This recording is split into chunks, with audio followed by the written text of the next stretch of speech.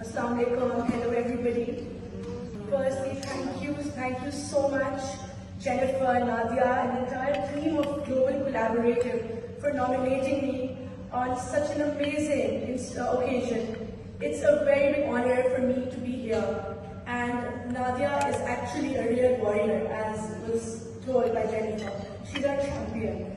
The love she has for kids is unexplainable. It's a real especially because we're not here for fun today. We're here to promote a very big cause, a very sensitive issue, which is like global, not just in my country, but everywhere. And we have to together work and together struggle to end it. Also, this occasion specifically is more meaningful because it validates the amazing work, as Nadia mentioned, which is being done to end child sexual abuse in my country, Pakistan. Also, I would like to dedicate this award to the children of Pakistan and to the children all across the globe. I really appreciate the initiative which is taken and supported by the Honourable First Lady in declaring this day, November 18th, as the World Day to End Child Sexual Abuse and for child dignity.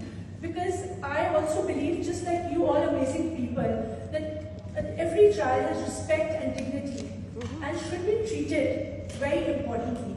I have myself seen cases of child abuse.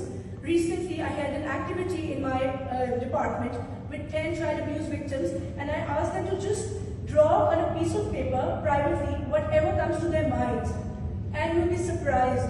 Each one of them drew of a sexual experience that child had gone through, and that happened many years ago. So as it was mentioned by one of the honourable guests here before me, that these things have long-lasting impressions on the minds of these children, and it's very difficult to remove them from their minds. So, and it shatters their confidence. So we together have to work for this.